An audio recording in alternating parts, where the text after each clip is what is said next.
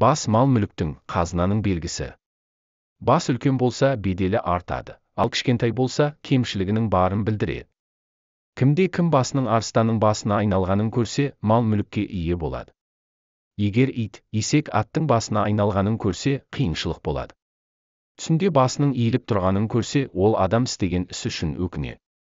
Басының шабылғанын және қайтып орнына қойылғанын көрсе, өмірдегі күресте жеңіске жетеді. Басында жара көрсе, аурудың, біреудің басын жару, ренжудің, шашын алу табысты білдіреді.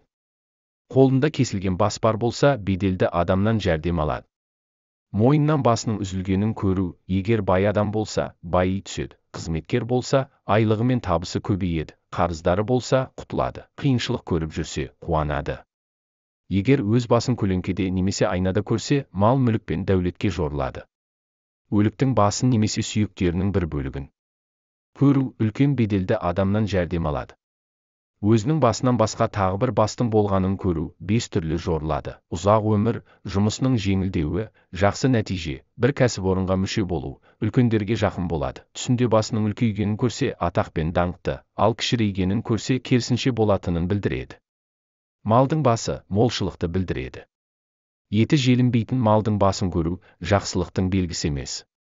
Басыңыздың қатты сігенін көру, абыройыңыздың өсетіндігін, дүние мүлікті білдіреді.